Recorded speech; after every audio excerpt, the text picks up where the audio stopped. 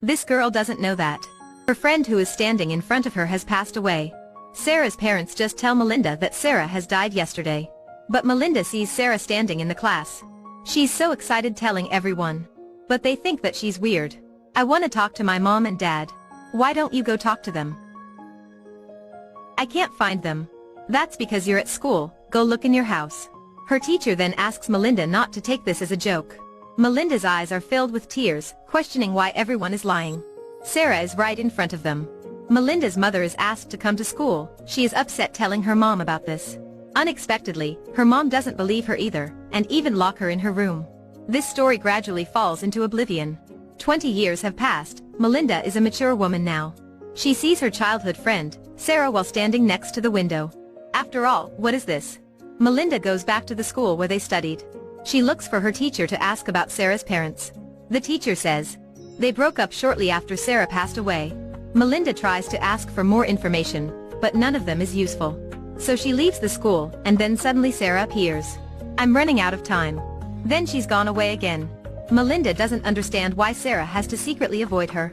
Marino says maybe she's self-conscious. Which reminds Melinda of something.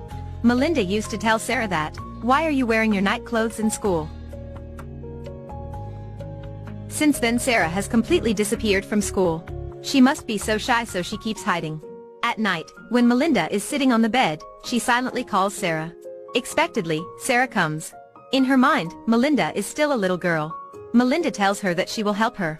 Sarah says that, I see the light. It's over there. Why don't you go into it? I can't. I'm worried. About what? My mom and dad, I heard them arguing outside my room in the hospital. It's really scary. They sound like they hate each other. So I don't want to do that light thing. Until I know where my mom and dad are.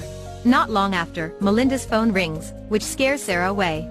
Melinda has been searching for information for the whole week. Finally, she has found Sarah's dad. She tries to explain to him that, but of course, he doesn't believe her. He's so determined, I have to reschedule it, sorry. If someone tells you that your daughter's spirit has come back, would you believe it? But this father doesn't. When he's about to tell Melinda to leave, the elevator suddenly gets in trouble. Sarah appears and tells Melinda to say that, Cookie, because I love cookies. And he calls me Cookie Monster. After hearing this, he's dumbfounded. He invites Melinda to his office room. Originally, he and Sarah's mother loved each other very much. Until Sarah got sick, they can't bear watching her suffer. So they decided to stop looking at each other. Because they will miss their daughter who passed away. Melinda says, Sarah said that you were arguing outside her hospital room. At the night before she died. He's surprised, I didn't even know she was conscious. What were you arguing about? It was a new treatment that was still in the experimental stage. I wanted Sarah to try it, but Sarah's mother was against it.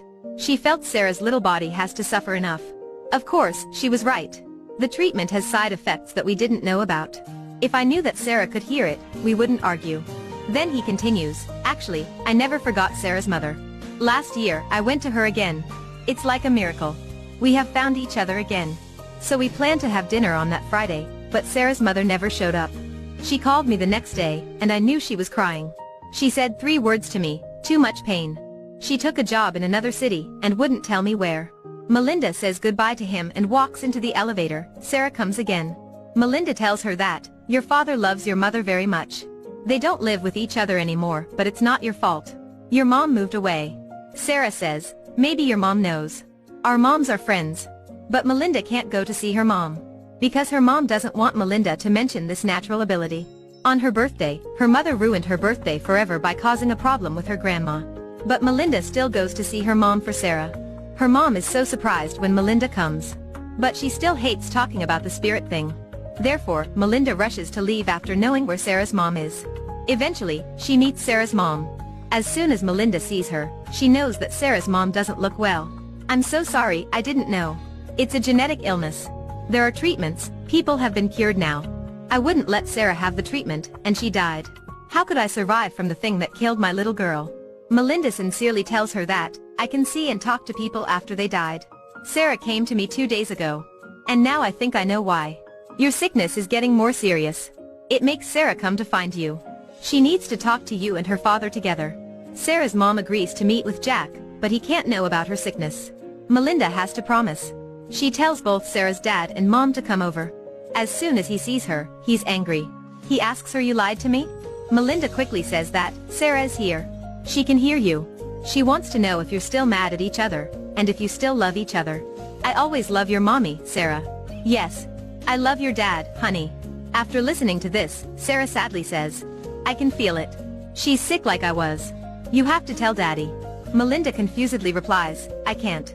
At that time, Sarah's dad has sensed something wrong. What is she saying? Sarah's mother is scared that Melinda would tell Jack about it.